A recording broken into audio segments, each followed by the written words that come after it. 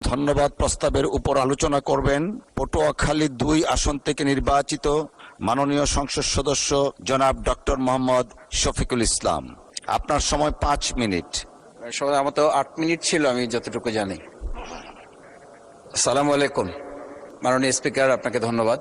আজকে আমি মহান আল্লাহর দরবারে শুকরিয়া আদায় করি এবং আমার প্রিয় পটুয়াখালী ১১২ বাউফল ২ আসনের যারা নির্যাতন নির্মম হামলা মামলার শিকার হয়েও ভয়কে জয় করে ন্যায় এবং ইনসাফের প্রতীকে ভোট দিয়ে তারা আমাকে বিজয় করে এখানে কথা বলার সুযোগ করে দিয়েছে। মাননীয় স্পিকার, আপনি জানেন আজকে আমরা যখন এখানে দাঁড়িয়ে কথা বলি তখন আমাদেরকে এটা ভাবতে হচ্ছে যে আমরা কথা বলতে গিয়ে আবার বিগত ১৭ বছরের কোন একটা বৈষম্যের মধ্যে পড়ে যাচ্ছি কিনা। কিন্তু আমাদেরকে এটা ভাবতে হচ্ছে আমরা যখন এখানে দাঁড়িয়ে কথা বলছি, আমাদের কথা বলার সময় শহীদ শরীফ ওসমান হাদি ইনসাফের পক্ষে কথা বলার সময় বলেছিল, আমার প্রতি যে জুলুম করবে আমি তার সাথেও ইনসাফ করতে চাই। আমরা লক্ষ্য করেছি এই সরকার প্রতিষ্ঠিত হওয়ার পর শরীফ ওসমান হাদির ব্যাপারে তার বিচারে কতটুকু কার্যকারিতা নিয়ে এসেছে তা আমরা এখন পর্যন্ত জানতে পারিনি। আমার মনে হয় আমরা সংবিধান নিয়ে ঘাটাঘাটি করতে করতে যদি সংবিধানই আমাদের রক্ষা করতে পারত, তাহলে সংবিধান আমাদেরকে বলে দিত যে আমাদের সেদিন বালু ট্রাক সরানোর ক্ষেত্রে সংবিধানের পৃষ্ঠা আমাদেরকে খুঁজতে হতো। সংবিধান যদি আমাদেরকে রক্ষা করতে পারত, তাহলে ৭২-এর সংবিধানের আলোকে আজকে আমাদের এখানে থাকার কথা না। আমি শফিকুল ইসলাম মাসুদ, আমার এখন জেলখানায় থাকার কথা।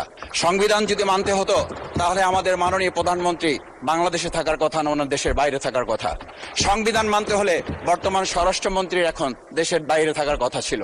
সংবিধান মানতে হলে যে বাচ্চাদেরকে আজকে এখানে শিক্ষা দেওয়া হচ্ছে, দীক্ষা দেওয়া হচ্ছে, কিংবা তাদেরকে কোনো কোনো ক্ষেত্রে জাসদের সাথে তুলনা করা হচ্ছে, সেই বাচ্চাদের নিয়েই আমরা এই সরকার দলের লোকদেরকে, সরকার দলের সম্মানিত নেতৃবৃন্দকে আমরা চোখের পানিও ফেলতে দেখেছি। আবার কাউকে কাউকে কথা বলতেও শুনেছি যে এই সমস্ত বাচ্চাদের, আমরা তাদের শিক্ষার্থীদের আন্দোলনের সাথে আমাদের কোনো সম্পর্ক ছিল না।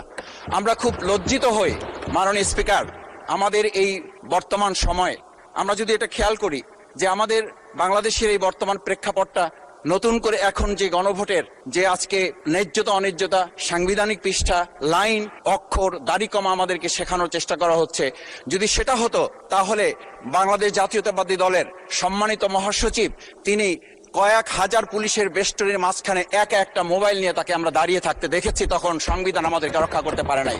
মাননীয় স্পিকার, আমি ৩৫০ মামলা নিয়ে ৭ মাসের ব্যবধানে আপনিও আমার ২-১টা মামলাতে আপনি আমাকে সহযোগিতা করেছেন, সেটা এই সুযোগে ধন্যবাদ জানাতে চাই। আমার ৩৫০ মামলা জামিন করতে ৭ মাস সময় লেগেছে, আমার বের হতে সময় লেগেছে ৪.৫ বছর। আমি সেই ৪.৫ বছরে ৩ বার রিয়ারেস্ট হয়ে ২ বার গুম হয়েছি। আমি তখন ডিজিএফআই, এনএসআই, ডিবিএসবির কাছে জানতে চেয়েছিলাম আমার সামনে দিয়ে বড় বড় নেতারা বের হয়ে যাচ্ছে, আমার অপরাধটা কি? তখন বলেছিল তারা হুমকি না, হুমকি হচ্ছেন আপনারা। আমাদের